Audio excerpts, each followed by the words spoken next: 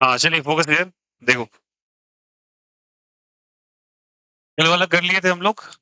सुनो, क्या हम लोगों ने फ्रिक्शन, एक मिनट, सॉरी, हम लोगों ने किसका किसका, टेंशन का और किसका जल्दी बताओ, फ्रिक्शन का और किसका जल्दी बताइए, नॉर्मल रिएक्शन का क्या फ्री बॉडी डायग्राम बना लिया था। क्या बना लिया था जल्दी बताइए, फ्री बॉडी डायग्राम। फ्रिक्शन का, नॉर्मल रिएक्शन का और क्या चीज का जल्दी बताइए, टेंशन का फ्री बॉडी डायग्राम बना लिया था। आई होप सो ये क्लियर हो रहा होगा। अब चलिए हम लोग स्टार्ट करते हैं। उसके बाद आपको एक टर्म आता है that is also called as, उसे हम लोग कहते हैं सूडो फोर्स। कौन सा फोर्स कहते हैं, सूडो फोर्स। समझिएगा, इसे सूडो फोर्स भी कहते हैं और नॉन इनर्शियल फोर्स भी कहते हैं। कौन सा फोर्स कहते हैं जल्दी बताइए, non inertial force. Non inertial which doesn't follows the law of inertia, नाम से ही पता चल रहा है। इसको नहीं फॉलो करता लॉ ऑफ इनर्शिया को। लॉ ऑफ इनर्शिया किसको कहते हैं, न्यूटन की फर्स्ट लॉ को। चलिए थोड़ा ईज कर देते हैं।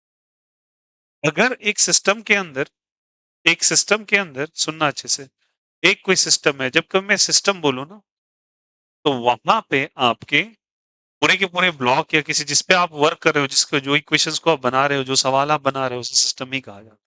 अगर उसमें दो एक्सेलरेशन साइमल्टेनियसली लाई कर रहे हैं, कितने एक्सेलरेशन लाई कर रहे हैं, दो एक्सेलरेशन साइमल्टेनियसली लग रहे हैं। साइमल्टेनियसली का मतलब होता है साथ ही साथ लग रहे हैं, ठीक? लग रहे हैं, एक साथ लग रहे हैं। तो एक साथ अगर दो एक्सेलरेशन लग रहे हैं आपके, then that is basically called as क्या, साइमल्टेनियस। और उस दौरान अगर दो एक्सेलरेशंस लग रहे हैं, तो एक बात बताओ, अगर मैं आपसे कोई भी इक्वेशन ऑफ मोशन पूछूं, जैसे के S equals to UT plus half A T square, V square is equals to U square plus two S, तो आपके लिए तो एक चैलेंज है ना, कि आपके पास दो एक्सेलरेशन का डेटा दे रखा है और आपको एक ही एक्सेलरेशन इस्तेमाल करना है। आप कौन सा एक्सेलरेशन रखेंगे, तो उस दौरान आप सूडो फोर्स का यूज करते हो। और कौन से फ्रेम में यूज करते हो, non inertial frame. Non inertial frame उसे कहा जाता है जिसको एक्सेलरेटिंग फ्रेम कह लो। कौन सा फ्रेम कह लो, एक्सेलरेटिंग फ्रेम, जहां पे एक्सेलरेशन का वैल्यू जीरो के बराबर नहीं है, ठीक ना। वहां पे हम कौन सा फोर्स लगाते हैं, सूडो फोर्स। चलिए एग्जांपल के तौर पे समझाता हूँ। जैसे मान लो कि इस वेज के ऊपर एक छोटा सा बॉक्स रखा हुआ है, ठीक ना, और ये सिस्टम ए एक्सेलरेशन से राइट साइड जा रहा है, ठीक है। कितने एक्सेलरेशन से, ए। पॉसिबिलिटी है कि ये वाला भी नीचे आ जाए, और ये कुछ ए डैश एक्सेलरेशन से आ रहा हो। कितने एक्सेलरेशन से, ए डैश। ये एक्सेलरेशन अलग है और ये एक्सेलरेशन अलग, कितने एक्सेलरेशन होंगे, दो। तो आपको एक सूडो फोर्स अपने मन से कंसीडर करना पड़ेगा जो एक्चुअल एक्सेलरेशन के अगेंस्ट लग रहा है। इस पूरे सिस्टम का एक्सेलरेशन कितना है, ए, क्योंकि इस पे एम पे ये रखा है, स्मॉल एम इस एम पे रखा है ना। अगर ये ए से चलेगा तो इसको भी ए से तो इधर जाना ही पड़ेगा, बट साथ ही साथ ये नीचे भी तो आ रहा है। तो आपको एक सूडो फोर्सेस के अगेंस्ट लगाना पड़ेगा इस तरीके से, ए, ठीक है। इतना ही एक्सेलरेशन आपको इधर लगाना पड़ेगा। डायरेक्शन अपोजिट किया तो क्या लगाओगे, माइनस, और इसको इसके मास से मल्टीप्लाई करना पड़ेगा, तो आपका आ जाएगा माइनस एम ए। और इसे ही कहते हैं सूडो फोर्स। कौन सा फोर्स कहते हैं, सिंपल एंड स्ट्रेट। आया। चलिए और समझते हैं। जैसे मान लो कि लेटर सपोज एक लिफ्ट है, लिफ्ट के अंदर लेटर सपोज यहाँ पे एक ब्लॉक को रखा आपने, ठीक है, और यहाँ पे एक ए एक्सेलरेशन से ऑब्जेक्ट ऊपर की तरफ जा रहा था। कितने एक्सेलरेशन से, ए एक्सेलरेशन। इसका मास क्या है, एम, तो ये सूडो किधर लगा देंगे आप, नीचे, और एम ए सूडो किधर लगा देंगे, नीचे। एम जी तो कल वाला बताया ही था, किधर लाएंगे, नीचे। क्या नॉर्मल रिएक्शन सरफेस के परपेंडिकुलर लगेगा क्या, हाँ, ऐसा तो बताया ही था। दैट्स इट, कोई दिक्कत नहीं। चलो और भी देखो। मान लीजिए कि यहाँ पे एक कार्ट है, इस कार्ट में ऐसे करके व्हील लगा हुआ है, और व्हील के अंदर एक बॉब इस तरीके से लटका हुआ है, ठीक है, और वो ए एक्सेलरेशन से राइटवर्ड जा रहा है। कितने एक्सेलरेशन से, ए से। तो बताओ अगर ये राइटवर्ड गया तो एम ए फोर्स किधर लगेगा, पीछे या आगे, पीछे। और ये ब्लॉक टिल्ट होके इस तरीके से आ जाएगा और इस पे सूडो फोर्स तुम ऐसे लगा, ठीक ना। बट याद रखना इस केस में सूडो फोर्स तभी लगता है जब ऑब्जर्वर को आप इसी पे रख दो जिस पे जो सिस्टम चल रहा है। अगर ये ए एक्सेलरेशन जा रहा है तो आप इसको भी ऑब्जर्वर को यहाँ रखो। अगर ये ए एक्सेलरेशन से चल रहा है तो आप ऑब्जर्वर को यहाँ रखो। ये ए एक्सेलरेशन चल रहा है, ऑब्जर्वर को यहीं रखोगे, मतलब ऑब्जर्वर सिस्टम के अंदर ही प्रेजेंट है। जो जो मैंने बताया ये ऑब्जर्वर है आपका, ठीक ना। इसको मैं कुछ मिस्टर एक्स मान लेता ये मिस्टर एक्स हमेशा उसी में रखा हुआ है जहां पे ये सिस्टम चल रहा है, हमेशा याद रखिएगा। तभी आप सूडो फोर्स लगाओ, और सूडो ऐसे लगाना है जो सिस्टम है उसके अगेंस्ट लगाना है। अगर वो राइट जा रहा है तो लेफ्ट लगाओ, ऊपर जा रहा है तो नीचे लगा दो, सूडो हमेशा ऐसे ही लगेगा। कोई दिक्कत है यहाँ से? चलिए अब एक बात बताना इसी केस में, अगर मैं कहता ये ऑब्जेक्ट है और यहाँ पे ये जा रहा था ब्लॉक नीचे, ठीक ना, किधर जा रहा है? नीचे। एम है तो सूडो किधर लगा देंगे आप? ऊपर। सूडो किधर लगा देंगे? ऊपर। फिर सूडो ड्रॉ करना सीखिए। एमजी किधर लगाएंगे? नीचे या ऊपर? नीचे। नॉर्मल रिएक्शन सरफेस के परपेंडिकुलर। फ्रिक्शन किधर लगाएंगे? ब्लॉक नीचे आ रहा है तो नीचे आ रहा है तो फ्रिक्शन किधर लगाएंगे? ऊपर। तो ऑब्वियस ही बात है फ्रिक्शन ऐसे लग जाए। बोलो आया नहीं आया? ये सारे फोर्सेस समझ में आ रहा है कैसे बन रहा है? कल भी ये सिखाया था। अब एक बात बताना मुझे, इसी तरीके से एक लिफ्ट बनाया और इसमें एक ब्लॉक को रख दिया और v is equal to constant velocity से ये ऊपर की तरफ जा रहा है। अब बताइए सूडो किधर लगाएंगे आप? ये ऊपर जा रहा है तो सूडो किधर लगा देंगे? नीचे। एक्चुअली इसमें सूडो नहीं लगेगा, समझिएगा। मैंने बोला कि सिस्टम को एक्सेलरेशन होना चाहिए नहीं होना चाहिए? होना चाहिए। एक्सेलरेशन का वैल्यू 0 के बराबर नहीं होना चाहिए। वेलोसिटी कांस्टेंट है या वेरिएबल? और सभी को पता है एक्सेलरेशन का वैल्यू होता है dv बाय dt, और ये कांस्टेंट या वेरिएबल? और कांस्टेंट का डिफरेंशिएशन 0 या नॉन जीरो? 0। तो एक्सेलरेशन का वैल्यू आया? जब एक्सेलरेशन 0 हो गया तो सूडो का चर्चा ही नहीं होगा। आया समझ में? इस पे केवल एक फोर्स लगेगा mg, और नॉर्मल रिएक्शन किधर लगेगा? ऊपर की तरफ। That's it. आया समझ में? कांस्टेंट वेलोसिटी के लिए हम लोग सूडो अप्लाई नहीं करते। क्लियर है सभी को? समझ में आ रहा है सूडो कैसे लगाना है? हमेशा कैसे लगाना चाहिए? कुछ कुछ बातें। Against the system, against the acceleration या in the direction of acceleration?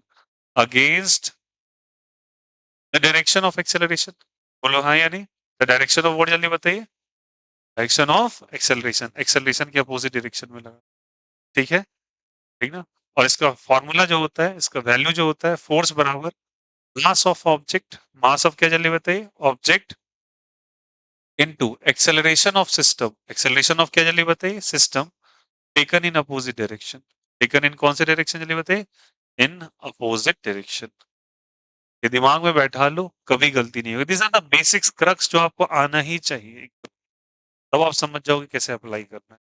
तो क्या हम लोग इस पूरे सीरीज के अंदर टेंशन ड्रॉ करना सीखे, फ्रिक्शन ड्रॉ करना सीखा, नॉर्मल रिएक्शन सीखा, और क्या सीख लिया? सूडो फोर्स भी लगाना सीख लिया। सबको अप्लाई करके देखेंगे सवालों के। ठीक है? अब छोटा सा एक डिस्कशन और, यहाँ तक क्लियर? कोई दिक्कत किसी को? आया सबको समझ में? सूडो कैसे लगाना है? मुझे सब सवाल आएगा तो वो करते चले जाएंगे। कोई दिक्कत यहाँ से? We have drawn the pseudo force, we have drawn the tension, we have drawn the friction, we have drawn the normal reaction. ठीक ना? ये रिकॉर्ड वे में आपके आएंगे सवालों के अंदर। अब चलिए कुछ बातें और, ये होप सो क्लियर हो रहा होगा। फोटो क्लिक कर लीजिए इसका। उसके बाद यूज करना इसका सिखाते हैं कैसे। अच्छा बताइए, न्यूटन सेकंड लॉ क्या था? सेकंड लॉ में अंदर क्या करता है? अच्छा, पहला लेक्चर किसने किसने देखा है? नीट जेई सीरीज फर्स्ट देखा था? उसके अंदर मैंने मोमेंटम और फोर्स के बीच में एक रिलेशन बनाया है, देखा होगा? देखा था? DP by DT. DP by DT का रिलेशन आपको यहाँ पे देखना है। ये क्लियर था या फिर से मैं रेकर कर दूं एक बार? चाहो तो लेक्चर सुनो, बता देता हूँ। नीट जेई सीरीज का पार्ट 1 जो है, वहां पे वो मैंने पूरा डिस्कस किया है। मैं फिर से एक बार डिस्कस कर देता हूँ, वो ओवरऑल ब्रशअप आइडिया। जब ये 5 चीज आपके बन जाएंगे ना, ये एक और न्यूटन सेकंड लॉ, तो आपका देखना सवाल मैक्सिमम मैक्सिमम हो जाएंगे, होने लगेगा, स्टार्ट हो जाएगा। कोई दिक्कत यहाँ से? चलो, कर लिया? आशीष, पार्ट 1 किया है? किसने किसने किया है पार्ट 1? पार्ट 1 किसने किसने किया नीट और जेई सीरीज का? ऐसे मैंडेटरी नहीं कह रहा हूँ बच्चा, नहीं है तो मैं फिर से रेकर कर दूंगा ताकि स्टक ना हो मेरे यहाँ से। चलो 5 मिनट लगेगा, मैं कर देता हूँ फिर से, आइडिया लग जाएगा आपको। चलिए बताइए, न्यूटन सेकंड लॉ क्या था? मेरा टाइम वेस्ट किया, जल्दी से बोलो, न्यूटन सेकंड लॉ क्या था सारे बच्चे? न्यूटन सेकंड लॉ क्या था? सेकंड लॉ, सेकंड लॉ क्या है? सेकंड लॉ था, सुनो, जिनको आता है वेल एंड गुड, नहीं आता सुनो। Force external is equal to क्या चाहिए? DP by DT. और फोर्स को हम लोग ऐसे भी लिखते हैं, एवरेज। इसको और इंस्टेंटेनियस भी कहा जाता है। क्या कहते हैं इसको? इंस्टेंटेनियस। इसको लिख देते हैं delta P by delta t. Delta P by delta T, ठीक ना? और पी स्टैंड्स फॉर मोमेंटम। और अगर बताओ फोर्स अपना वेक्टर क्वांटिटी है स्केलर क्वांटिटी? वेक्टर। दोनों साइड वेक्टर सिंबल लगाएंगे। कौन सिंबल लगाएंगे? वेक्टर। तो आप इसकी थोड़ी सी एक्सटेंशन को समझना, ठीक ना। आपको पी का फॉर्मूला जो होता है बच्चे, होता है mass into velocity. Mass into क्या होता है? वेलोसिटी। तो F external is equals to D P Y, क्या हो जाएगा जल्दी बताइए? डीटी। डीपीवाई क्या चीज? डीटी। और पी की जगह क्या लिखेंगे? मास इनटू वेलोसिटी बाई क्या हो जाएगा? लिखेंगे एम इनटू वी बाई क्या हो जाएगा? डीटी। मास इनटू वेलोसिटी। अब इसमें दो एक्सपेक्ट्स, मास भी बदल सकता है, भी बदल सकता है। बताओ ये ए इंटू बी का प्रोडक्ट वाला रूल आ गया क्या? हो सकता है दोनों वेरिएबल हो, ठीक ना, हो सकता है एक वेरिएबल हो। पॉसिबिलिटी है कि एम वेरिएबल मान सकते हैं। मैं मान लेता हूँ वी को यहाँ पे वेरिएबल, वी को क्या मान लेता हूँ? वेरिएबल। एम को क्या ले लेंगे? कांस्टेंट या वेरिएबल? कांस्टेंट। तो जो कांस्टेंट है उसको बाहर निकाल दें। क्या रिलेशन बनेगा बोलो यहाँ से? M into D we by D T. Possibility है। अगर मैं कह देता, सोच के बताना यहाँ से, अगर मेरे पास डी कांस्टेंट होता और एम क्या होता? वेरिएबल। बोलो एम क्या होता? वेरिएबल। तो क्या इसका रिजल्ट लिखते बोलो आप सब कोई? v into D M by D T. यहाँ मास ही चेंज कर रहा है, यहाँ मास क्या कर रहा है? चेंज कर, मास चेंज कर रहा है। पॉसिबिलिटी ये भी तो हो सकती थी कि v भी क्या हो? वेरिएबल। और m भी क्या हो? वेरिएबल। मान सकते नहीं मान सकते? दोनों वेरिएबिलिटी चल सकती है। तो a इंटू बी रूल लग जाएगा। पर क्या पड़ेगा बोलो एक्सप्रेशन? एक बार a को छोड़ो, b का डिफरेंशिएशन, b को छोड़ो, a का डिफरेंशिएशन। पॉसिबिलिटी हो सकता नहीं हो सकता? दोनों वेरिएबल हो एक साथ। तो ये तीनों केसेस बन सकते हैं क्या? और याद रखना इस वाले सिस्टम के अंदर कई बार सवाल आपसे पूछा जाता है, इसे कहते हैं वेरिएबल मास सिस्टम। कौन सा mass system? Variable mass system. जिन्हें ने वीडियो नंबर, मैं एक क्लास दे देता हूँ आपको, वीडियो नंबर 1 आप देख लेंगे जाके, और वो कंप्लीट हो जाएगा। कंप्लीट डिस्कशन किया है इसके ऊपर, ठीक है ना। तो सुनिएगा यहाँ से, मोमेंटम टर्म आएगा। मोमेंटम के बारे में कुछ और बातें पता है? अब मोमेंटम भी एक वेक्टर क्वांटिटी है। एक चीज और देखिएगा, अगर दो बॉडीज आपस में कोलाइड कर रहे हैं इन केस ऑफ कॉलिजन, या फिर बोले हाँ इन केस ऑफ कॉलिजन, या फिर एक्सप्लोजन भी कह सकते हो, जब फट रहा है कोई बॉडी, तो याद रखिएगा जो भी बॉडी फट रहा है या फटने के बाद बॉडी दो हिस्सों में टूटा, याद रखिएगा change in momentum of a body 1 plus change in momentum of body 2 हमेशा कांस्टेंट होता है, हमेशा जीरो के बराबर होता है। हमेशा किसके बराबर होता है? जीरो। जैसे एग्जांपल के तौर पे समझाता हूँ, मान लो कि एक बॉल रन करता हुआ एक वॉल से जाके टकरा रहा है। किसे टकरा रहा है? वॉल से। मान लीजिए इसके पास वेलोसिटी कुछ v है, टकराने के बाद ये बॉल कुछ माइनस v वेलोसिटी से रिटर्न हो गया। कितने वेलोसिटी से चली बताइए? Minus v। वॉल चला क्या? वॉल चला। बॉल ना तो इनिशियली चला ना तो फाइनली, लेकिन बॉल चला गया। अब बताओ what is the initial momentum of ball? m into v। What is the final momentum of ball? m into minus v। ये किसके लिए निकाल रहे हो? बॉल के लिए, वॉल के लिए? बॉल के लिए।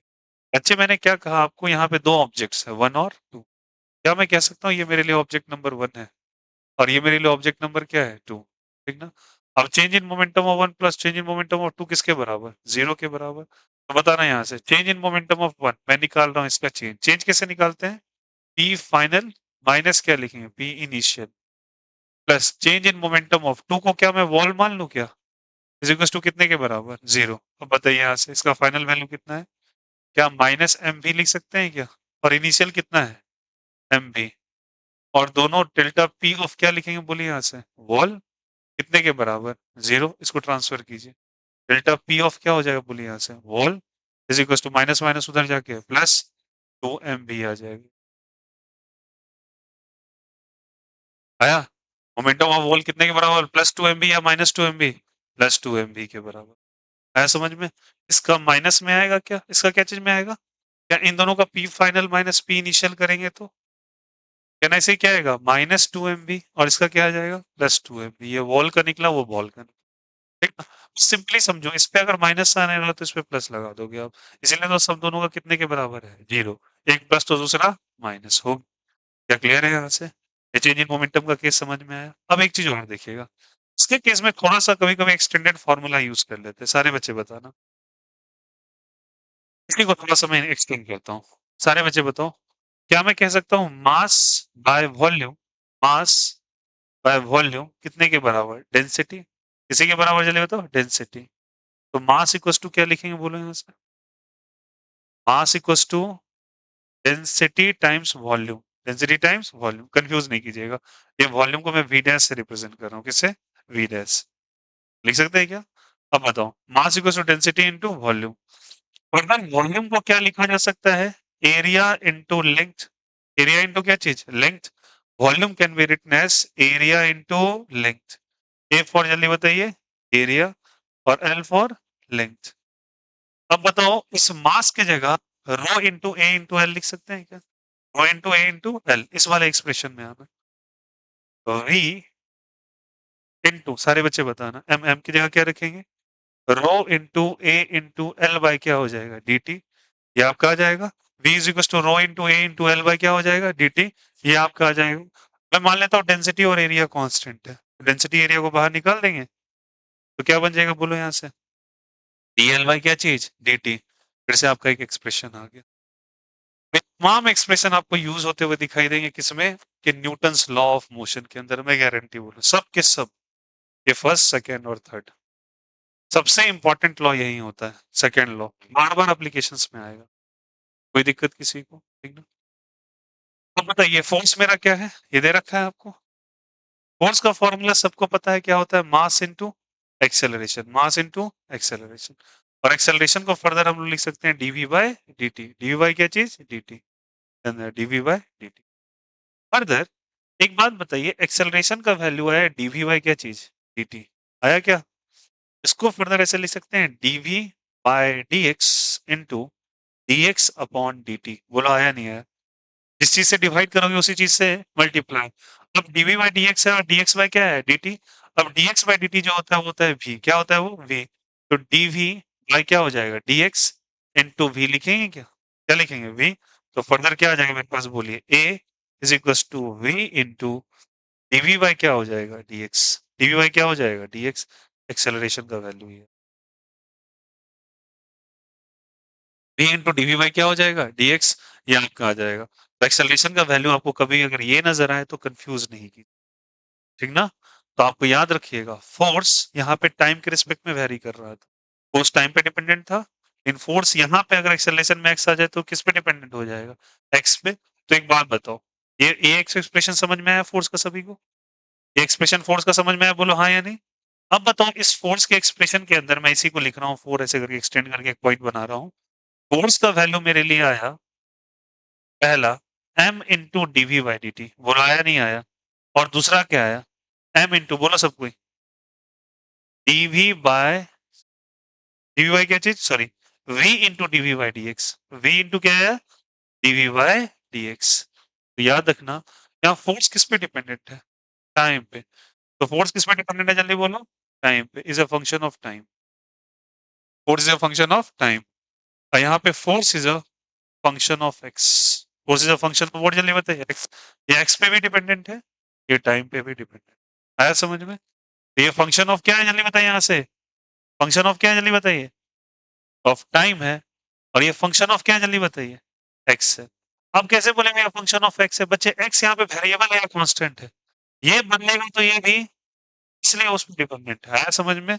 तो फोर्स को यहाँ पे दो वेरिएबिलिटी के टर्म में लिखा जाता है, as a function of X भी, as a function of time भी। तो ये सारे एक्सप्रेशन न्यूटन सेकंड लॉ को लेके समझ में आए आप लोग? ये ध्यान रखिएगा, मोमेंटम चेंज ये आपको बार बार ये रेकरेंस ऑर्डर में आएगा। ये वाले क्वेश्चन के अंदर याद रखिए, डेंसिटी इनटू एक और बता देता हूँ। ऐसे क्वेश्चन ज्यादातर उस केस में होते हैं जहां पे किसी फ्लूइड या वाटर का इस्तेमाल किया जाता है, वहां पे ये ज्यादातर आपको सवाल यूज में आएगा, देखने को मिलेगा। और ये सारे एक्सप्रेशंस को मैंडेटरीली दिमाग में बैठा लेना, एक जगह लिख के। गारंटी बोल रहा हूँ कभी दिक्कत नहीं है। क्लियर है? कोई दिक्कत? चलिए प्रैक्टिस करना चालू करें। कोई दिक्कत? समझ में आया? अब साथ में करेंगे अब, ठीक ना? ये तो हो गया थ्योरी की बात है। थ्योरी को एक जगह लिख लीजिएगा, सेकेंड लॉ। और क्या क्या जल्दी बताइए? Pseudo force, tension, friction and normal reaction. अब देखो सवाल कैसे दोहरेंगे आपके, मेरे यहाँ से समझ में आ गया यहाँ पे? ये बेसिक्स क्रंच हुआ एनएलएम का। और भी चीजें हैं, बाद में हम लोग करेंगे इसके बारे में बातें। इस पर पहले सवाल करना चालू करते, चलिए सवाल नंबर 1, चलिए लिखिएगा।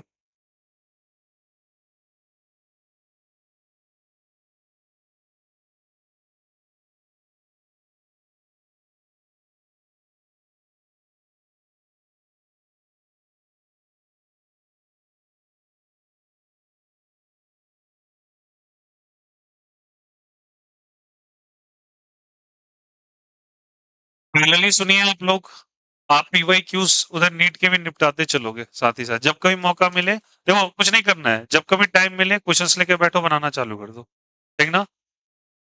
और जो डाउट होगा आप लेते आओगे, सुन लो, डाउट सेशन में स्पेशली ऑर्गेनाइज करूंगा एक दिन, उस दिन आओगे पूरा मेजर डाउट लेके आओगे, मैं कर लूंगा। कितने फोटो हो गया इसका, ठीक ना। अगले कर लिया आशीष, अब किए कितन। हाँ ठीक है चलो, इसको शेयर कर देंगे दोनों जगह, अभी नहीं, व्हाट्सएप पे भी और टेलीग्राम पे भी। फाइल बना के एक भेज देना।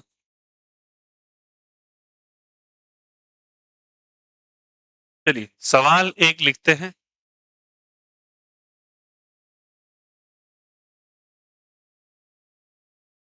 पहले हम लोग बना रहे हैं फोर्स पे, किस पे बना रहे हैं, केवल फोर्स पे, ठीक ना। टॉपिक डाल दो फोर्स, सवाल नंबर एक लिखो, सवाल नंबर एक लिखोगे,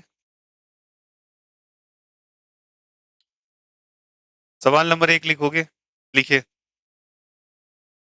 at any instant the velocity of a particle, at any instant velocity of a particle, velocity of a particle is given by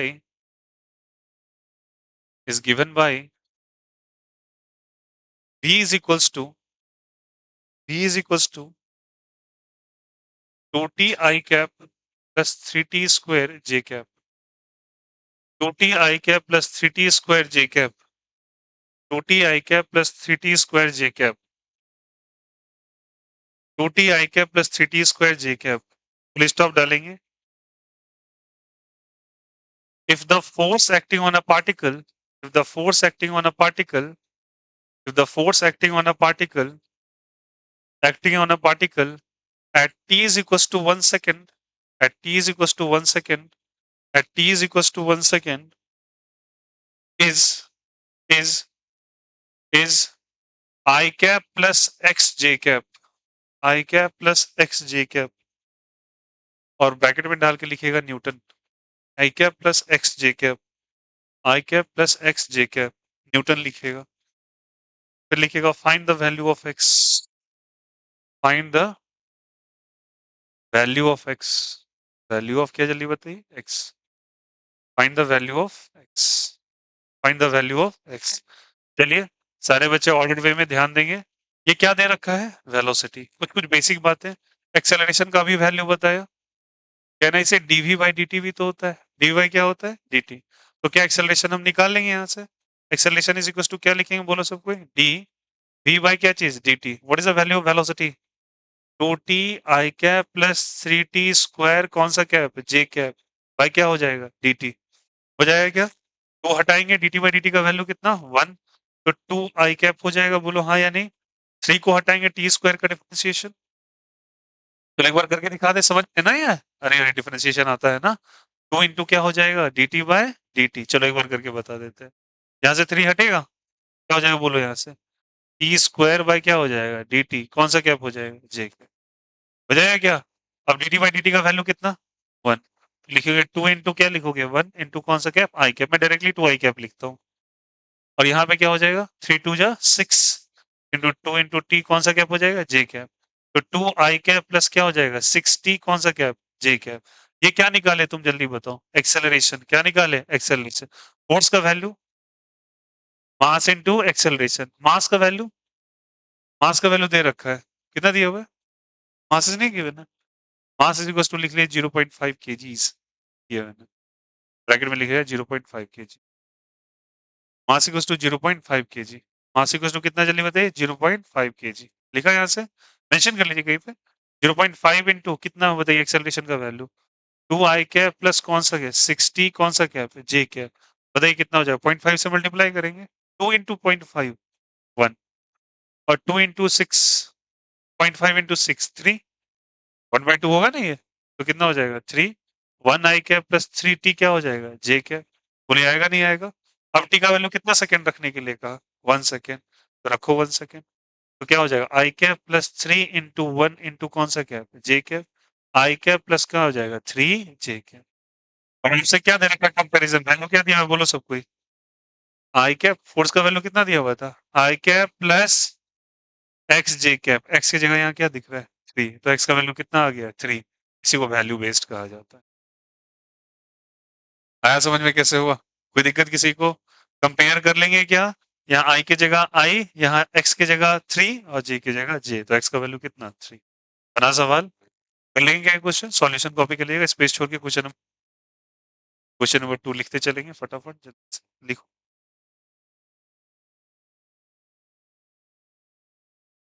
A body of mass 0.5 kg, body of mass 0.5 kg, a body of mass 0.5 kg, 0.5 kg is moving along x direction, is moving along x direction, is moving along कौन सा direction जल्दी बताइए x direction is moving along x direction direction भी specify कर रखा है x direction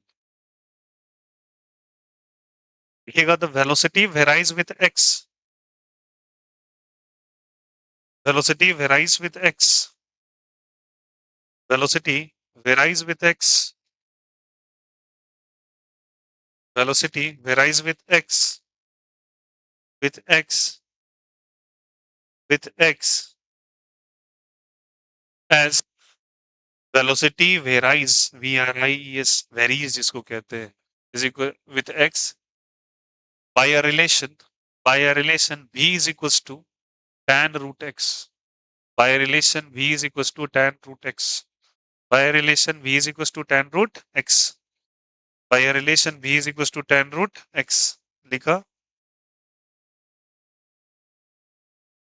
find the force acting on the body find the force acting on a body find the force acting on a body find the force acting on a body find the force acting on a body find the force acting on a body सारे बच्चे focus यार v किस पे vary कर रहा है x पे कौन सा फॉर्मूला यूज करें x वाला या t वाला x वाला याद आया तो फोर्स का फॉर्मूला बताइए सॉल्यूशन सारे बच्चे F is equal to m into we into D we by d x एक टाइम के लिए वेक्टर सिंबल को हटा देते हैं तो फोर्स इक्वल टू क्या लिखेंगे m into we into D we by d x m की जगह कितना कीजिए 0.5 v की जगह tan रूट x फिर यहाँ पे क्या लिखेंगे tan रूट x बाय क्या हो जाएगा क्या 10 को बाहर हटा दें तो क्या आ जाएगा बोलिए 0.5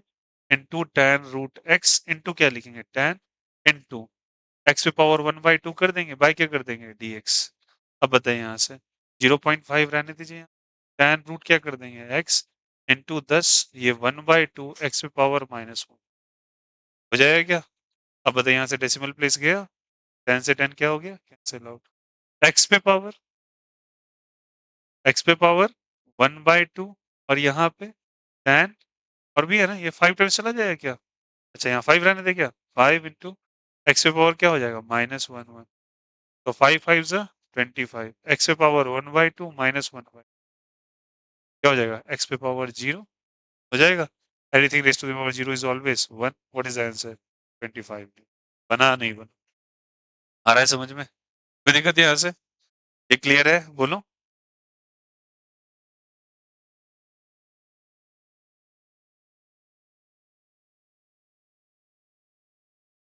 देखिए यहाँ पे ये 23 में पूछा ये 23 में पूछा और ये पूछा बता देता हूँ आपको अगर आप जाएंगे तो ये 8 अप्रैल वाले पेपर में आया था और ये 12 अप्रैल वाले पेपर में आया था समझ में आ रहा है देखो पेपर का स्टैंडर्ड कैसे वो डिजाइन करते हैं पहले समझो 8 अप्रैल को जो बच्चा गया उसने भी ये क्वेश्चन बनाया 12 अप्रैल को बच्चा गया वो भी ये पेपर बनाया दोनों वेरिएबल फोर्स का सवाल था बट ये डिपेंडेंसी किस पे पूछा था एक्स पे ये डिपेंडेंसी किस पे पूछा था टी पे स्टैंडर्ड तो सेम ही था समझ में आया इसी को कहते हैं लिटिल बिट थोड़ा सा किस तरीके से आपको जानबूझ के अलग अलग स्पेक्ट्रम पे सवाल डिजाइन किए जा रहे हैं जैसे आपको आइडिया लग जाएगा और मतलब कुछ दिन में तो इंटरेस्ट दिखाने लोग इस चीज से कोरिलेट करने लोग ये टॉपिक का यहाँ पे सवाल आ रहा है ऐसे नहीं मजा आता कि पढ़ रहे हैं क्यों पढ़ रहे हैं तो साथ ही साथ पैरेलली लेके चलते चलो मैं तुमको बताऊंगा एनसीईआरटी में कहाँ पे क्या ग्लिच है इन सब चीजों का भी आया समझ में चलिए क्वेश्चन नंबर 3 पे आ जाइए इसी बेस्ड अभी करेंगे हम लोग वेरिएबल फोर्स पे। चलिए कीजिए 3 पे।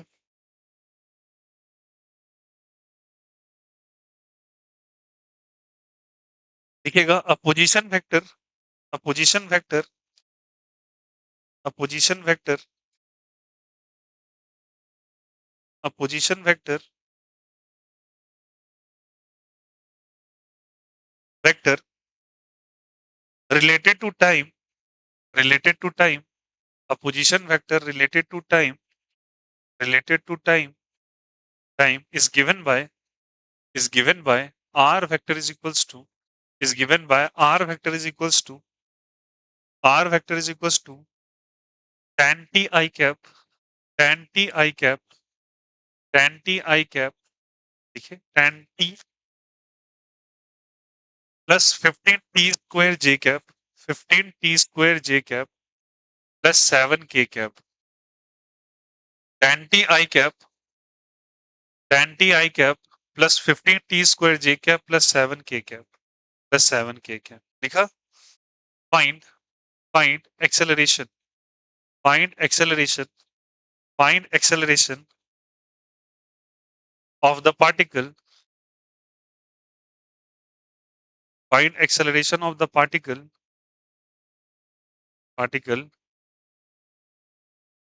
फुल स्टॉप डाल के लिखिएगा and the direction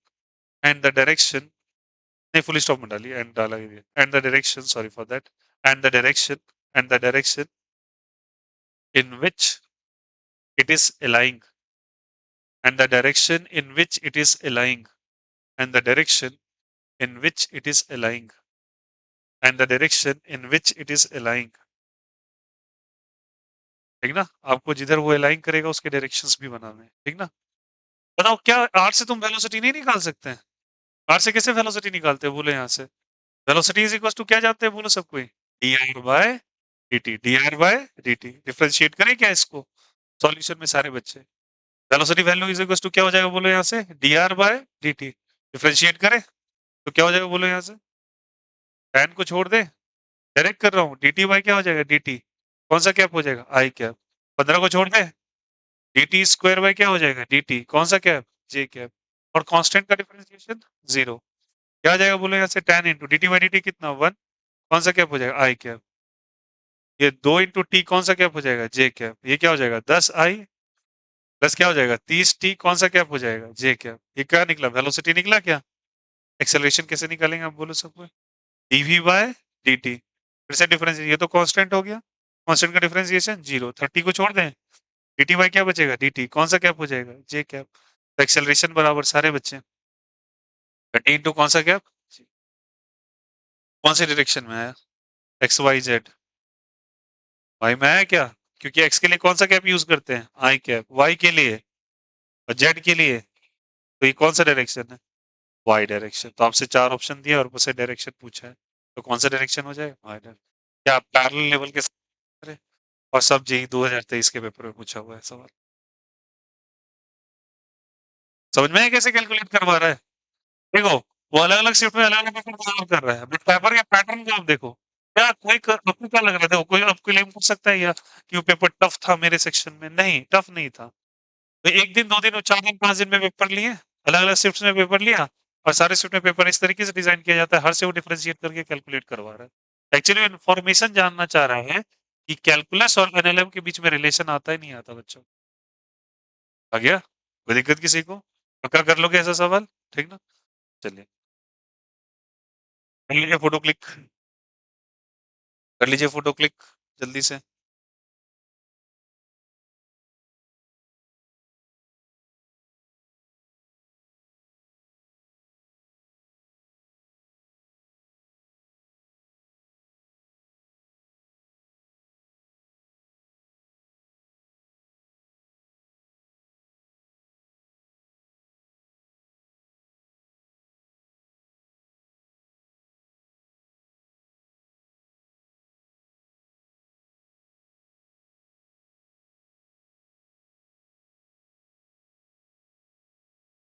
क्लियर है, चलिए एक और लिखो, देखो इस पे बेस्ड लिखिएगा, a balloon of mass 10 gram, photo click हो गया। A balloon of mass 10 gram. A balloon of mass 10 gram. A balloon of mass 10 gram. A balloon of mass 10 gram. मास कितना ग्राम जल्दी बताइए 10 ग्राम 10 ग्राम का बलून है a balloon of mass 10 gram stop डालिए लिखिएगा the air escapes from the balloon the air escapes from the balloon full stop के बाद the air escapes from the balloon from the balloon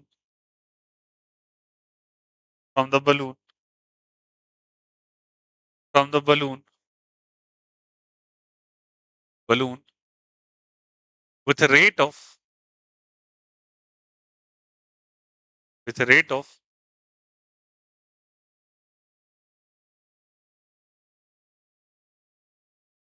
4.5 centimeter per seconds centimeter per seconds 4.5 centimeter per seconds centimeter per seconds centimeter per seconds and it shrinks completely and it shrinks मतलब वो पिचक गया completely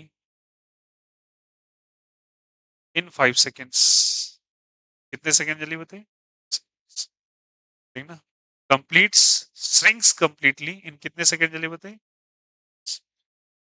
completely in 5 seconds find the average force acting on the balloon find the average force acting on the balloon find the average force acting on the balloon find the average force acting on the balloon find the average force acting on the balloon find the average force acting on the balloon find average force acting on the balloon आपसे कौन सा force बोला जल्दी बताइए average force acting on the balloon सारे बच्चे देखना एक minute please focus here simple सवाल है एक बात बताना एक बलून है ठीक ना वो एयर में ऊपर जा रहा है और इसमें लीकेज हो गया क्या हो गया लीकेज और इस लीकेज से एयर बाहर की तरफ ब्लो हो रहा है और वो कितने रेट से ब्लो हो रहा है 4.5 सेंटीमीटर पर सेकेंड से कुछ देर के बाद ये बलून श्रिंक हो जाएगा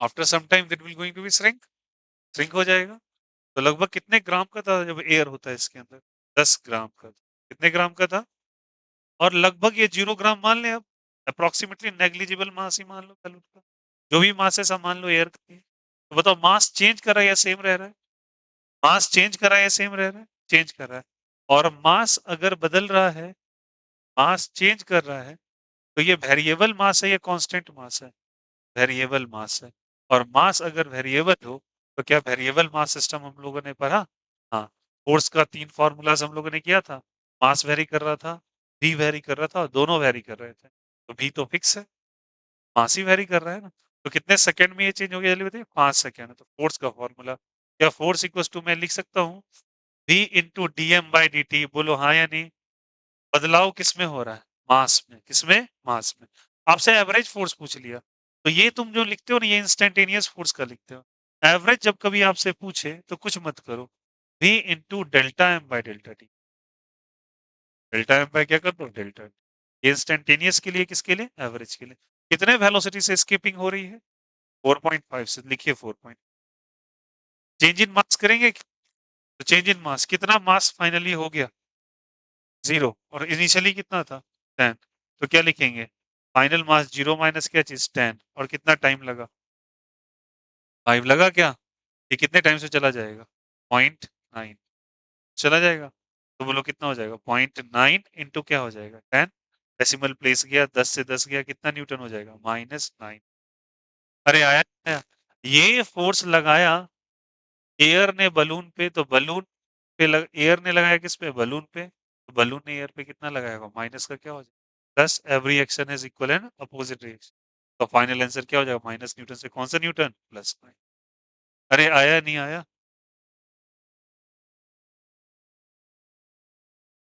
बहुत जल्दी खत्म हो जाता है मैथ्स का क्लास क्या बैठने में नहीं होता है? सब बैठ जाएंगे, मैं जाऊंगा सारे बच्चे बैठ जाएंगे। पहले मैंने 25 बैठा है वहां पे। चलो देखो, ये क्लियर है? समझ में आया? कितना हो जाएगा बताइए, कितना न्यूटन हो जाएगा? 9 न्यूटन। ऑब्वियस सी बात, समझ में आया? मास चेंज करा था, सेम रह रहा था?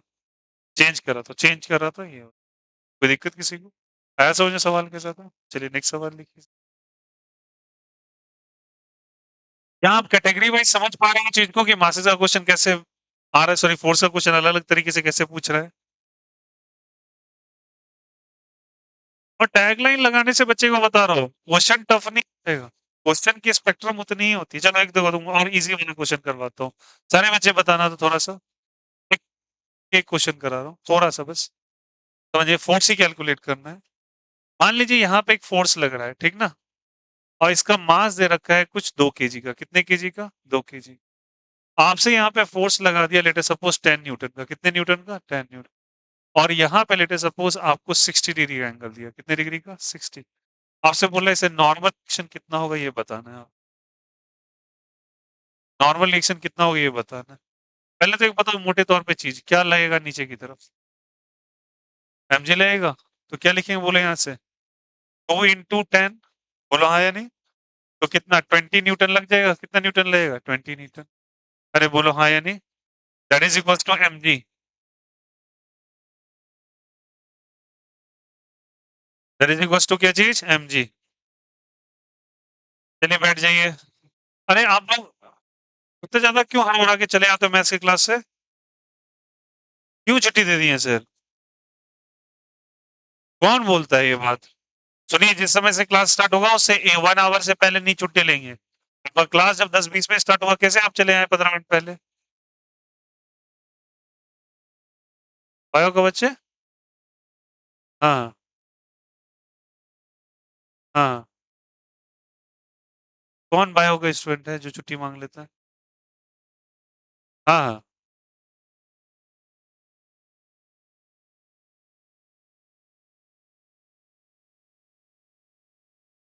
क्या चीज? तो आपने 1 मिनट, बायो को क्यों छुट्टी दे देंगे? उसके कहने पे क्लास थोड़ी हो जाएगा। सुन लीजिए, मैं कल इंस्ट्रक्शंस दे देता हूँ। क्लासेस 1 घंटे चलेंगी, कैसे नहीं हो पाएगा? क्लासेस आप अपने मन से जानबूझ के करवाया था ना सामने में। अगर बायो में मैथ्स वाला दोनों हो जाए। ठीक है, कोई भी बायो वाले को क्लियर इंस्ट्रक्शन दे रहा हूँ, अपने मन से उड़ान ना उड़े। आपका साइड सब्जेक्ट है, उठ के चल दें। जिनको जाना है उठ के चले जाए एकदम। क्लासेस तो भैया टाइम पे घड़ी देख के 1 घंटे बाद ही खत्म हो। ध्यान रखना, बायो हो या मैथ्स हो। सर तो नहीं करते होंगे मुझे जहां तक पता है। चलो कौन करा, वो करवाता है।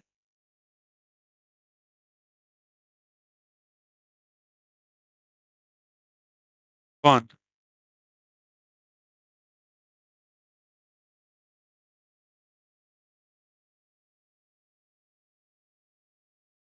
अच्छा, मैं कैमरा इनबिल्ट करवाता हूँ, रुको।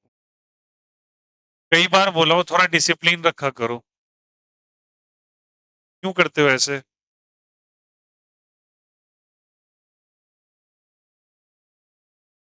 देखो, बुरा मत मानना।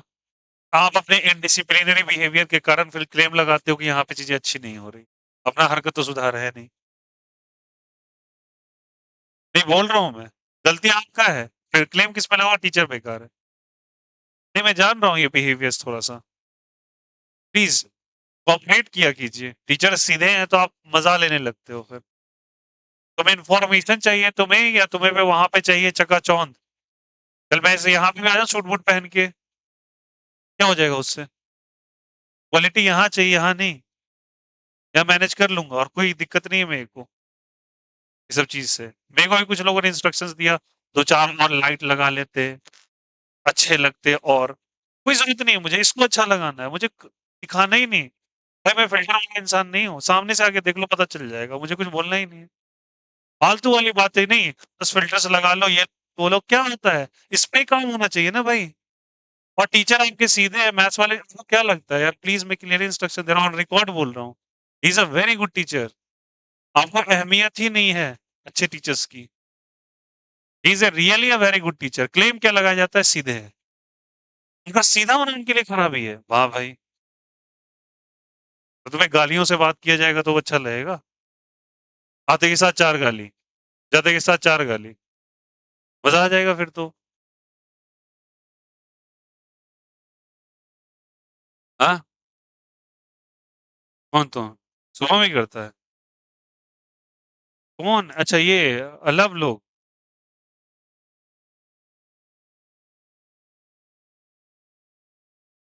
चलिए खैर पढ़िए।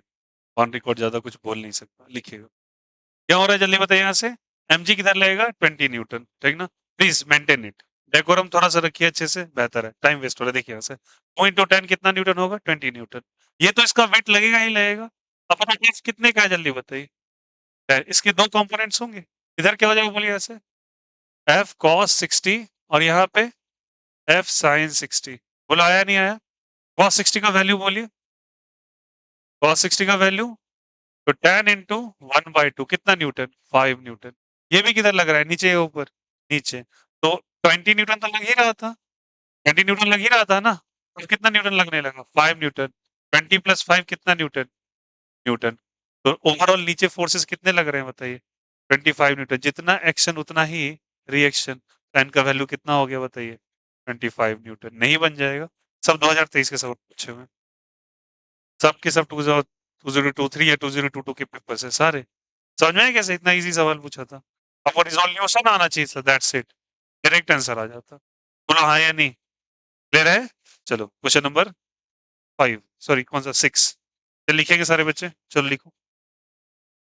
और पैनल लाने के लिए रिकॉर्ड फिर से बोल रहा हूँ, ऑन रिकॉर्ड पेपर है बच्चे। आपको जब कभी टाइम मिले, आपकी वॉलेंटियरी चॉइस है, जब समय मिले निकाल के बना ले, कोई दिक्कत नहीं होगा। एक ही चीज सारा रिकॉर्डेड प्रेजेंट है, बट आपको डालना पड़ेगा, वहां पे जाके रिकॉर्ड सेशंस देखना पड़ेगा। और जब सेशंस देखते हैं ना, आपसे मैं एक रिक्वेस्ट कर रहा हूँ, पेन कॉपी लेके सेशंस देखें। लिखते चले, रफ आइडिया लिख ले, बाद में फेयर नोट्स बना ले, बट लिख ले। ठीक है, तब जाके मजा है। ठीक है, चलिए क्वेश्चन नंबर 6 क्या? क्या आंसर इसमें? 5 में चल लिख लीजिएगा। In the given figure, in the given figure, question number 5 लिख लो। इन द गिवन फिगर, जो बच्चे हैं वो भी कर सकते हो, करो। In the given figure, in the given figure, in the given figure, find the magnitude of normal reaction.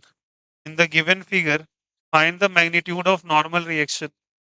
In the given figure, find the magnitude of normal reaction. In the given figure, find the magnitude of normal reaction. In the given figure, find the magnitude of normal reaction. The given figure, find the magnitude of normal reaction. लिखा सबने? चलिए एक सवाल लिखेंगे जल्दी से। सारे बच्चे एक क्वेश्चन लिखो और बताइए, लिखेगा। A spaceship,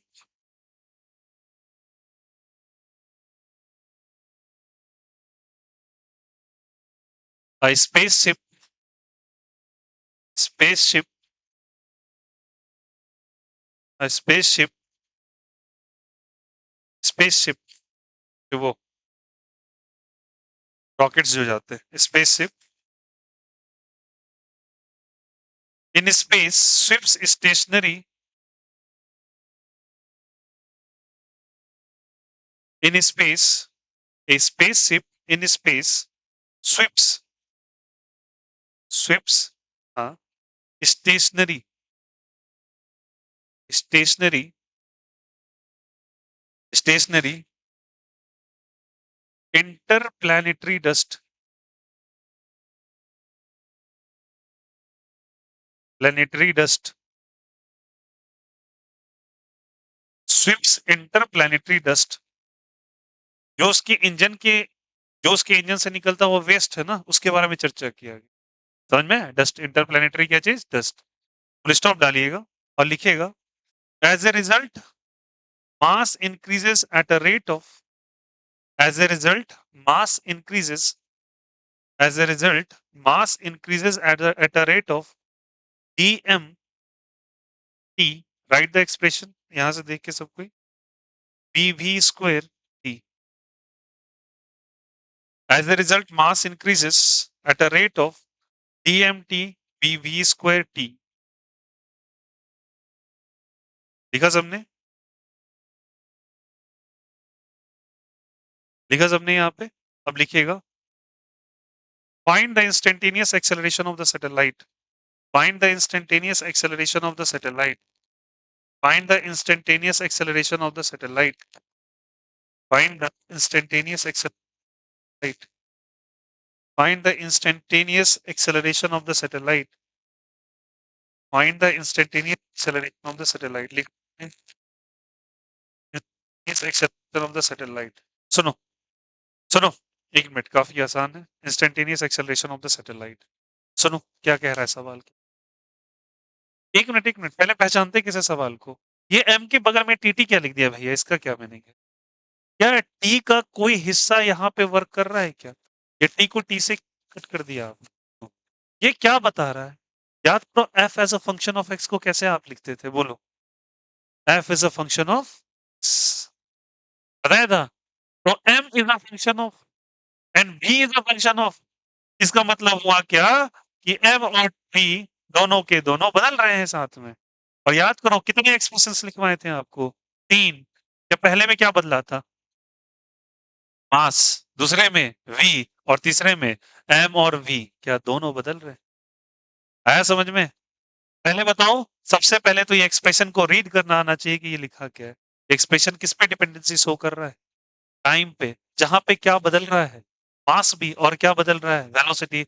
और दोनों के दोनों एक साथ साइमल्टेनियसली चेंज कर रहे हैं. अगर दोनों के दोनों बदल रहे हैं, दोनों के दोनों बदल रहे हैं, तो आपको बताना है कि एक्सेलरेशन का वैल्यू क्या. समझ में आया? अब बताओ, दोनों बदल रहे, एक्सेलरेशन का फॉर्मूला हम लोगों ने लिखा. बताइए फोर्स का फॉर्मूला क्या लिखा था? ये वाला हो गया क्लिक? क्या क्लिक हो गया? ये वाला क्लिक कर लीजिएगा प्लीज.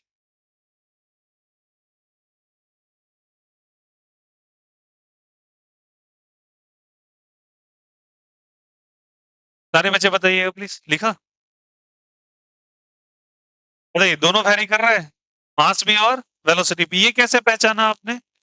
क्योंकि दोनों के बगल में ब्रैकेट में क्या लिख दिया? टी. तो वो वेरिएबल को इंडिकेट कर रहा है. ठीक ना?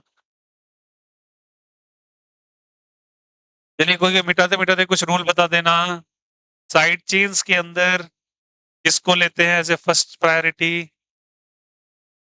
फंक्शनल ग्रुप को फर्स्ट प्रायोरिटी लेते हैं. पहला ही आंसर. क्या साइड चेन किसी को principal chain, principal functional group माना गया है? नहीं, सबको सब्स्टिट्यूएंट कंसीडर करते हैं. अरे यार, ये छोटी छोटी बातें भूल जाते हैं आप. चलिए बताइए क्या लिखा है. चलो यहाँ से सॉल्यूशन देखेंगे. क्या दिया है बोलो सबको? डी एम टी और क्या चीज है? By D T is equal to, बोलो सबको, वी वी स्क्वायर. और ये चीज टी दिया हुआ दे रखा है क्या? चलिए, हमको दोनों चीज वेरी कर रहा है, तो फोर्स का फॉर्मूला क्या जानते हैं? Dp by D t. Force का फॉर्मूला डीपी बाई, इसको m into v by D t करेंगे क्या? जब दोनों वेरी कर रहा है तो a इंटू बी रूल लगा दें. a को छोड़ो, b का डिफरेंशिएशन. b को छोड़ो, a का डिफरेंशिएशन. बोलो आया नहीं आया? अब बताओ, यहाँ से m की जगह एक्चुअली आप e दे रखा है ऐसे करके. समझ में आया? यहाँ पे यहाँ से ये दिया आपको. बोलो यस और नो. कैसे डिफरेंशिएट करेंगे यहाँ से, बोलो. यहाँ पे दोनों दे रखा है ना. डीएम बाई डी टी आपको गिवन है क्या? DM by D T given है. कितना दिया हुआ है बोलिए? क्या दिया हुआ है? m into D v by क्या दिया हुआ है? D t. v into D M by D t का वैल्यू गिवन है डी वी स्क्वायर दे रखा है. अब चाहो तो ब्रैकेट में अच्छे दिखने के लिए टीवी लिख दो. ठीक ना? और जहां मास है, मास की जगह m इंटू टी लिख दो. समझ में आया? Mass is also function of time, velocity is also function of time. नहीं आया? लिख सकते हैं, ऑप्शनल है, थोड़ा टाइम छोड़ भी दो, ऐसा कोई इशू नहीं है. लिखा यहाँ से इज इक्वल टू, ये फोर्स लिखा हुआ है, ये क्या लिखा हुआ है लेते हैं? फोर्स.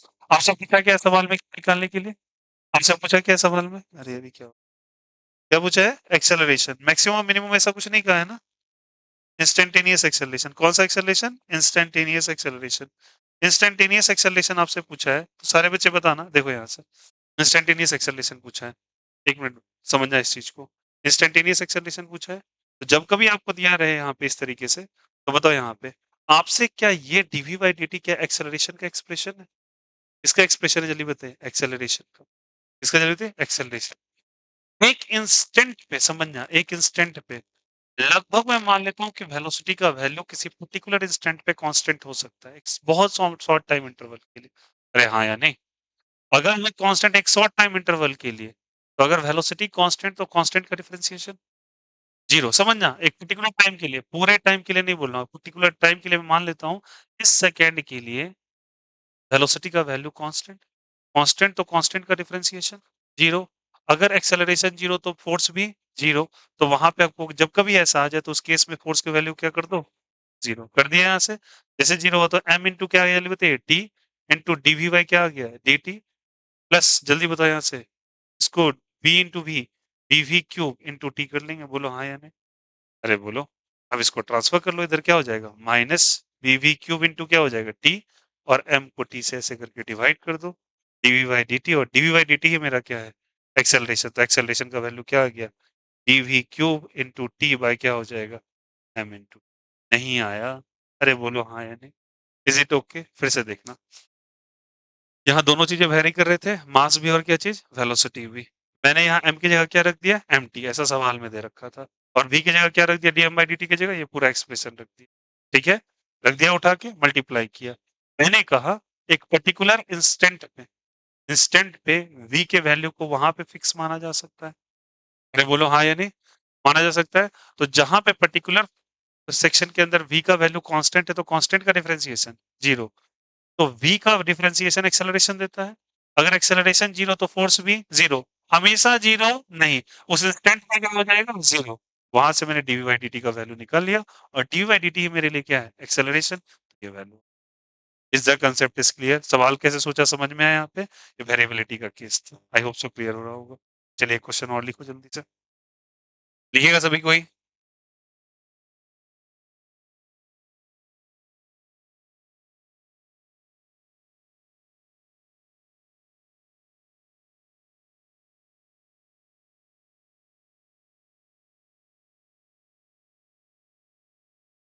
अच्छा एक मिनट, एक बात समझ आए यहाँ पे। सुनो एक चीज और, एक सुनना, एक तरीके से और सोच सकते हो ऐसे भी। ध्यान देना यहाँ पे भी। अब एक और बताना यहाँ पे, यहाँ जो फोर्स लग रहा है, मैंने एक्चुअली एक बार बताना यहाँ से, f external is equal to क्या लिखते हैं? बोलो सब कोई। डीपी बाय डी ये एक्सटर्नल फोर्स या इंटरनल फोर्स? हम कहाँ पे स्पेसशिप को लेके जा रहे हैं? लैंग्वेज पर ही तो क्या लिखा है? स्पेसशिप स्विप्स स्टेशनरी इंटरप्लैनेटरी डस्ट, लिखा है ना ऐसा? बताइए कहाँ पे किया होगा?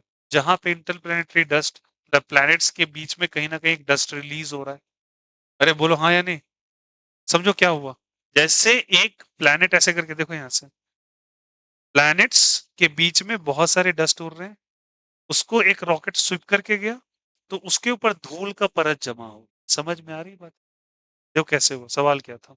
एक प्लैनेट गया, सॉरी एक स्पेसशिप गया, कहीं ना कहीं डस्ट पार्टिकल उड़ रहे हैं, और उन डस्ट पार्टिकल से ये क्रॉस करता गया, तो ऑब्वियस बात है गाड़ी धूल के सेक्शन से क्रॉस करेगी, उसके लेयर पे डस्ट जमा होगा। इसीलिए क्या आगे लिखा हुआ है देखिए, द मास इंक्रीजेस और डिक्रीजेस? इंक्रीजेस। अब एक बात बताना, यहाँ पे जो फोर्स है वो एक्सटर्नल है या इंटरनल है? स्पेस में एक्सटर्नल फोर्स जच रहा है क्या? स्पेस में एक्सटर्नल फोर्स हो सकता है क्या? स्पेस में हमेशा कौन सा फोर्स लगे? इंटरनल, क्योंकि ग्रेविटी का वैल्यू भी वहां पे कितना है? लगभग जीरो। अरे एक्सेलरेशन ड्यू टू ग्रेविटी है क्या? ग्रेविटेशनल फोर्स तो है but acceleration due to gravity नहीं है, तो वो कितना हो जाएगा? जीरो। इसलिए फाइनली कैसे से इक्वेट कर दिया? जीरो से। आया समझ में? क्वेश्चन क्या था? यहाँ पे मास भी वेरी कर रहा है और क्या चीज? वेलोसिटी भी। क्लियर है सभी को? क्वेश्चन नंबर कौन सा हो गया? सिक्स था ये? सिक्स था ये? हाँ चलिए सेवन जल्दी से, सेवन पे जल्दी आ जाओ, सेवन पे लिखो।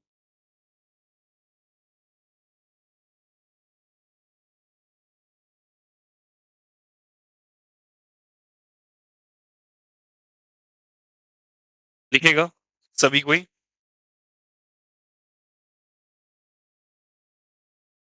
लिखेगा, the force acting on a particle of mass m, the force acting on a particle of mass m, the force acting on a particle of mass m, the force acting on a particle of mass m, the force acting on a particle of mass m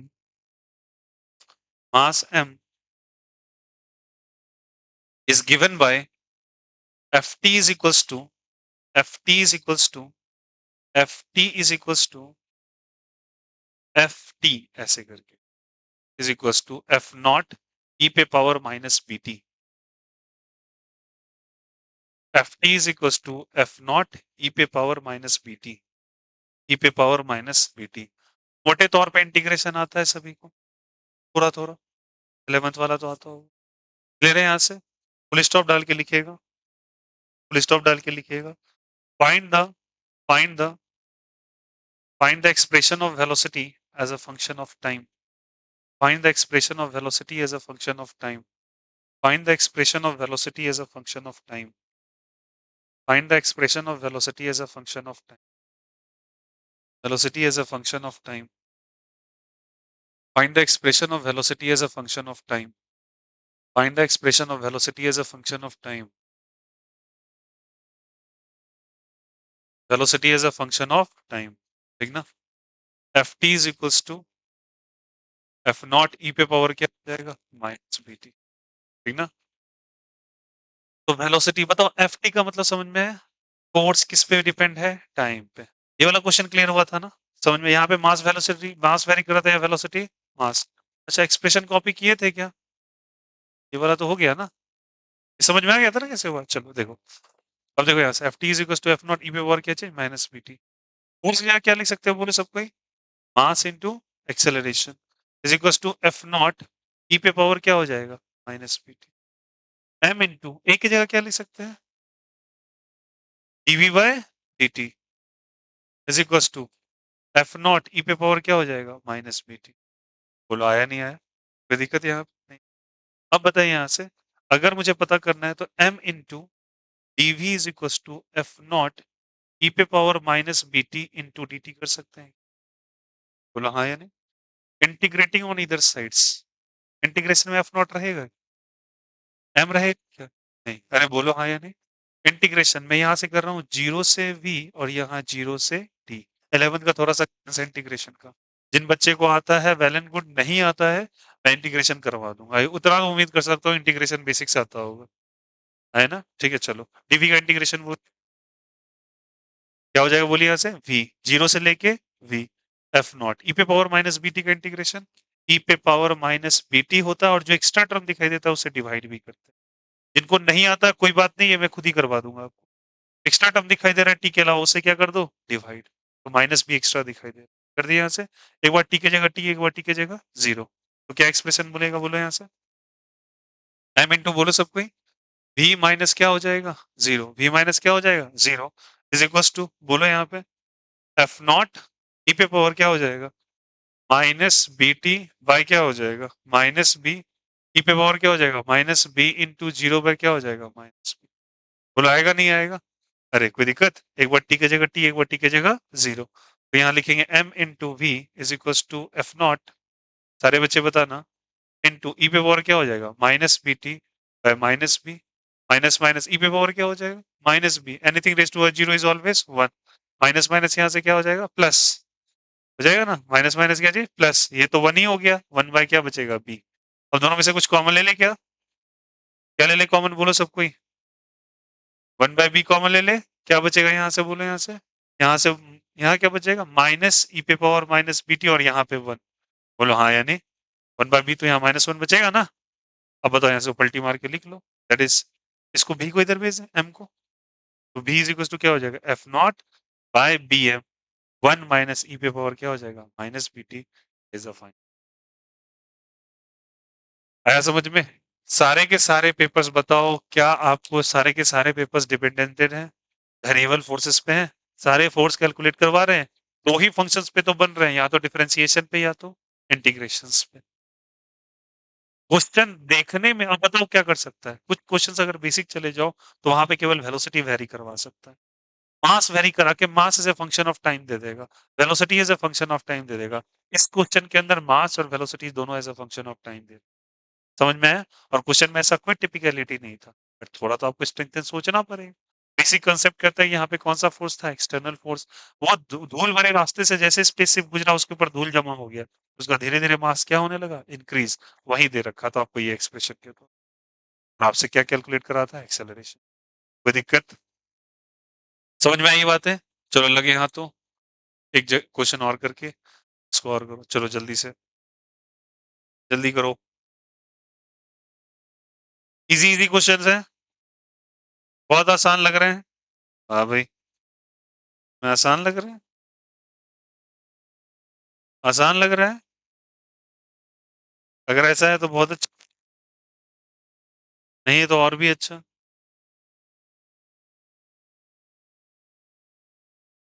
चल लिखिएगा।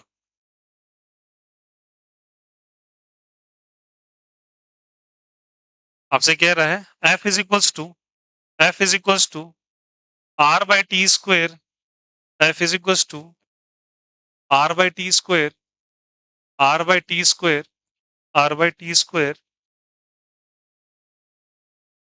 Into we into T, ऐसे R by T square into we into T, V into T,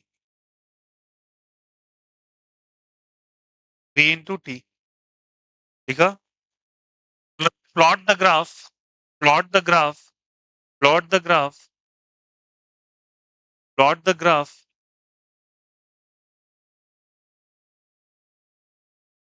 between, plot the graph between log v and 1 by t, log v and 1 by t, log v and 1 by t, log v and 1 by t,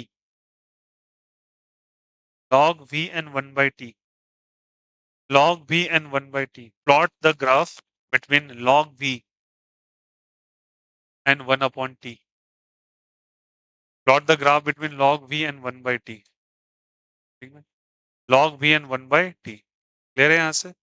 अच्छा एक बात बताओ, यहाँ पे यहाँ force क्या time dependent है? Force क्या टाइम डिपेंडेंट है? फोर्स तो टाइम पे क्लियरली डिपेंड कर रहा है, और वेलोसिटी भी डिपेंडेंट है। आपको बताना है लॉग वी और वन बाई टी के बीच में ग्राफ बनाना है। देखो यहाँ से फोर्स की जगह आप क्या लिख सकते हैं? Mass into acceleration, r by t square.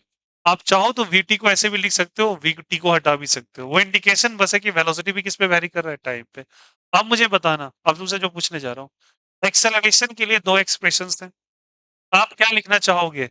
M into DV by D T या we into D M by D T? सवाल आपसे बस इतना है। आपके पास दो एक्सप्रेशंस हैं, आपसे मैं पूछ रहा हूँ, m into DV by D t आप लिखोगे या we into D M by D T? ये बता दीजिए। डीवी बाई डी टी लिखेंगे, पहला या दूसरा? पहला, क्योंकि velocity as a function of क्या है? टाइम। वेरिएबल आपका वेलोसिटी है, ना कि मास। मतलब ये एक्सप्रेशन होगा, यहाँ पे ये एक्सप्रेशन। आइडिया लगा? अरे बच्चे बताओ क्या लिखेंगे, बताओ एम की जगह, एम ए की जगह क्या लिख लेंगे, बोलो यहाँ से। फोर्स की जगह m into DV by D t, directly लिख रहा हूँ मैं। ए की जगह मतलब डीवी बाई डी टी, चलो होगा क्या? Is equal to r upon क्या हो जाएगा, टी स्क्वायर इंटू क्या हो जाएगा, वी। ठीक ना? अब सुनो कैसे करते हैं।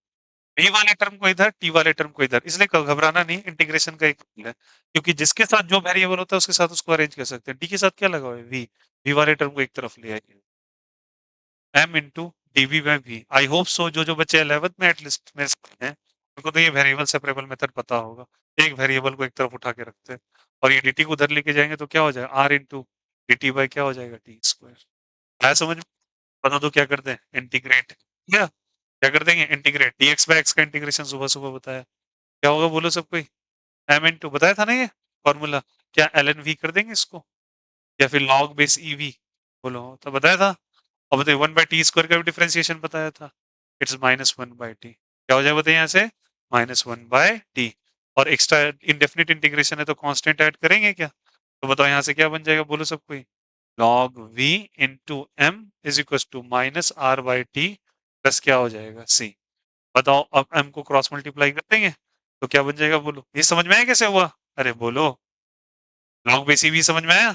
अब बताओ क्रॉस मल्टीप्लाई करो तो क्या बन जाएगा, बोलो यहाँ पे क्या हो जाएगा, बोलो। log base, log base e v is equal to -r/t into m plus क्या हो जाएगा, c/m। आया नहीं आया? दिक्कत है यहाँ से। अब इसका एक्सप्रेशन ले लेंगे तो बताए यहाँ से क्या हो जाएगा, y, I hope so y is equal to mx plus c नाम का कुछ ग्राफ पढ़ाया था, पढ़ाया था। जिन्हें आता है वेल एंड गुड, नहीं आता टेंशन मत लो, सब बताऊंगा। स्ट्रेट लाइन करो, बट 11th में सब था। अगर आपने 11th को पढ़ा है अच्छे से तो ये होगा, नहीं पढ़ा है तो ये मेरी रिस्पॉन्सिबिलिटी तो है, गलती आपकी भी है कि आपने 11th में पूरी तरीके से नीलबटा सन्नाटा किया जी।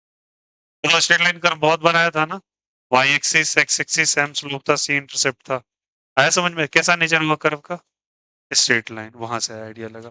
समझ में आया कैसे बना क्वेश्चन? अच्छा बताओ, हम लोगों ने एक्चुअली सारे के सारे एक्सप्रेशन किस पे किए थे? F is equal to dp by D t पे। कहीं पे एम वेरी कर रहा था, कहीं पे वी। और कितने मैथमेटिकल ऑपरेशन यूज होते हैं इसमें? या तो डिफरेंशिएट करते हो या तो कैलकुलस का, दो ही ऑपरेशन यूज होके सारा सवाल में। हमको 8 पेपर्स 8 क्वेश्चंस मैंने आपके जेई के एज इट इज करवाए हैं आपके, बट देख रहे हो सबका फॉर्मेट सेम है। हाँ, कहीं कहीं ग्राफ ड्रॉ करवा ले। तू जानता है कि इतना मैथमेटिक्स का इन्फॉर्मेशन तो होना चाहिए। वो कैसे क्वेश्चन उठा था पता है? उसने एनएलएम का पार्ट उठाया, पहले देखा न्यूटन्स लॉ का कितना ज्ञान है, ठीक है। फिर आपको आगे बढ़ाते बढ़ाते बोला कैलकुलस का थोड़ा सा इसे पूछ लेते हैं, ठीक है। एनएलएम जोड़ा, कैलकुलस जोड़ा, कैलकुलस को जोड़ने के बाद थोड़ा सा ग्राफ जोड़ देता है, देख लेना कितना बच्चा पानी में। अब यही क्वेश्चन मिल के टफ क्वेश्चन हो जाता है। टफ नहीं, एक्चुअली इजी है, अगर जिसको आइडिया है वो समझ में आ गया हो। और ये चीज जो बन रहा है ना, इंटीग्रेशन डिफरेंशिएशन, भैया आप कैसे ऑपरेट करते हो उस चीज को, भैया कोई बात नहीं, कुछ दिन के बाद आपको आइडिया लग जाएगा क्यों इंटीग्रेट क्यों डिफरेंशिएट करना है। It's not a big deal. ये आइडिया देख के ही मुझे ये जो एक्सप्रेशन का ना लॉन्ग बेस भी, ये देख के मुझे आइडिया लगा ये करना है। वैसे इंटीग्रेशन का रूल है, ये बताऊंगा समझ में आ जाएगा, it's not a big deal. अच्छा ऑनेस्टली बताना, 11th में basic integration, high level integration तो मैथ्स वाले को भी नहीं आता, अभी तो पता ही है अच्छे से। बेसिक इंटीग्रेशन किनको किनको आता है 11th क्लास का? 11th क्लास का। अच्छा मुझे न्यू बच्चों से पूछने दो, न्यू बच्चों से पूछने जो रिसेंटली ज्वाइन किए थे कुछ दिन के बाद, लास्ट के 2 सीट्स आप लोगों ने पढ़ा था, आप तो शुरू से थे ना? हाँ, आप इंटीग्रेशन मेरे से नहीं, जो भी पढ़ रहे थे आप पढ़ रहे थे, बेसिक्स पूरा आता है अच्छे से, ये समझ गए थे कैसे हुआ है? ऑनेस्टली बोलना अगर तुमको बेस। हाँ हाँ। और जो बच्चे नहीं पढ़ रहे थे, आप लोग आता है इतना इंटीग्रेशन? ये क्लियर है, कोई दिक्कत नहीं ना? सब बच्चे हैं तो मेरे से पढ़, आपका इधर आप बच्चे पढ़े थे ये सब? 11th में नहीं पढ़ा? नहीं पढ़े हैं कुछ, कोई बात नहीं, कोई इश्यूज नहीं। अगर नहीं आएगा मैं फ्रेशली फिर से आज जैसे डिफरेंशिएशन सिखाया, इंटीग्रेशन भी एक क्लास में अगली क्लास में सिखा दूंगा। क्या क्लियर है ये सारे क्वेश्चंस? जो बच्चे ने देखा well and good. Recorded sessions में 8 पेपर्स कराया हूँ, केवल और केवल वेरिएबल क्वेश्चंस, वेरिएबल फोर्स पे बेस्ड है, ठीक है। न्यूटन सेकंड लॉ पे, और सब सेकंड लॉ का पेपर है ये, सेकंड लॉ पे बना हुआ क्वेश्चन है सारा, ठीक है। इसको अच्छे से कंप्लीट कर लेंगे आप लोग। और नोट्स हो सके तो अगर बना रहे हैं तो चेक कराने के लिए भी ले आइएगा परसों, ठीक ना। मैं प्रेशराइज नहीं करूंगा, बट ले आइएगा मंडे को, ले आइए ट्यूसडे को, लेके किसी दिन आके चेक कराए, मैं इसका ही बना रही हूँ, बना रहा हूँ नोट्स, ठीक है। चलो bye, take care, have a nice day.